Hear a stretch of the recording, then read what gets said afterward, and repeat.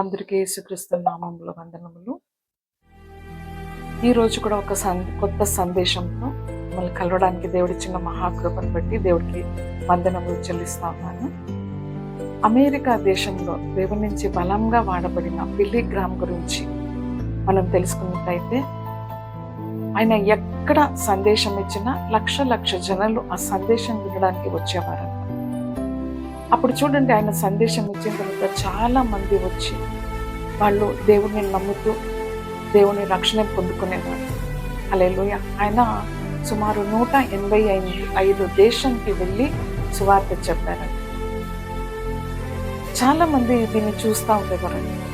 ఎంత మంది ఈయనని ఫాలో చేసుకుని వస్తున్నారు కదా, ఎక్కడికి వెళ్ళినా లక్షల మంది ఈయనని ఫాలో చేసుకుని వస్తున్నారు కదా, ఈయనని ఎందుకు అమెరికా ప్రెసిడెంట్ చేయకూడదు అని ఆలోచన చేసి ఆయన దగ్గరికి వెళ్ళి చెప్పారంట, మీరు ఎందుకు అమెరికా ప్రెసిడెంట్ పోస్ట్కి నిల్చోకూడదు అని అడిగారంట.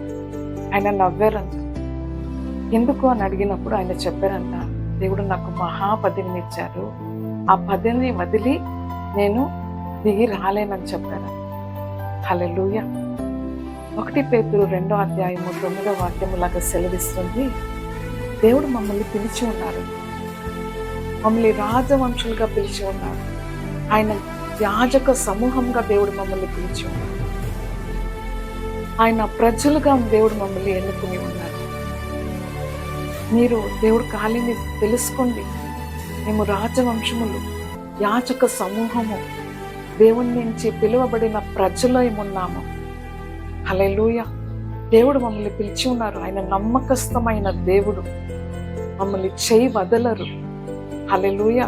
దేవుడు చెప్తారు, యుగాంత్య వరకు నేను మీతో ఉంటానని దేవుడు వాగ్దానం చేస్తాను.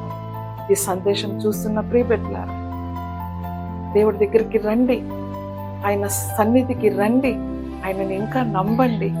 దేవుడు మిమ్మల్ని దీవించును గాక. ఆమేన్.